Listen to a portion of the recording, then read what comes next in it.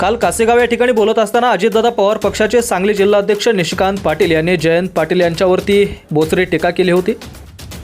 त्यांच्या या टीकेला राष्ट्रवादी काँग्रेस शरदचंद्र पवार पक्षाच्या सांगली जिल्हाध्यक्षा सुस्मिता जाधव यांनी नाव न घेता प्रत्युत्तर दिलंय।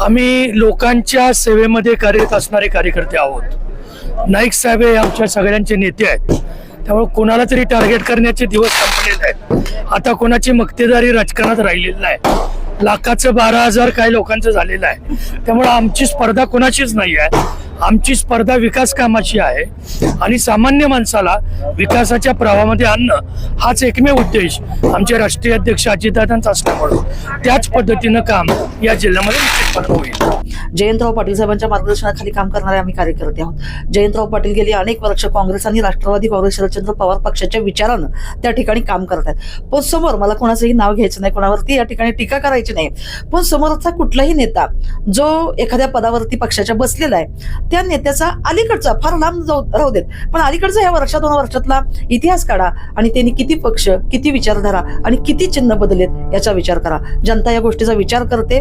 या लोकांच्या पाठीशी जाऊन आपल्याला सुद्धा सतत पडावं लागेल। त्यामुळे कुठेतरी ठाम राहून जनता निश्चितच जयंतराव पाटील साहेबांच्या विचारावर, जयंतराव पाटील साहेबांच्या कामावर आणि जयंतराव पाटील साहेबांच्या नेतृत्वावर विश्वास ठेवून या ठिकाणी या नगरपालिकेला काम करेल। अत्याधुनिक आणि सर्व सोयी सुविधांयुक्त रुग्णांच्या आरोग्याची काळजी घेणारं आपलं हॉस्पिटल लक्ष्मी नारायण हॉस्पिटल। संपर्क 023 42 22 57 75।